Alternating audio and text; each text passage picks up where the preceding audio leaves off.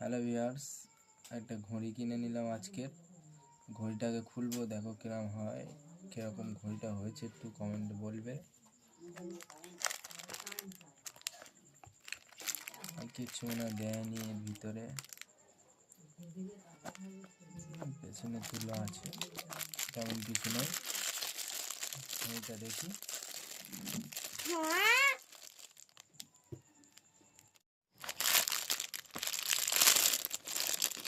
দেখি খুলে কতটা মোটামুটি হয়েছে।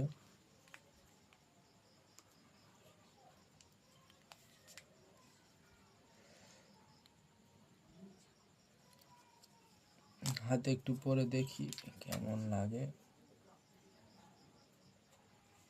হোয়াইট কালার নিলে একটু ভালো হতো হয়তো।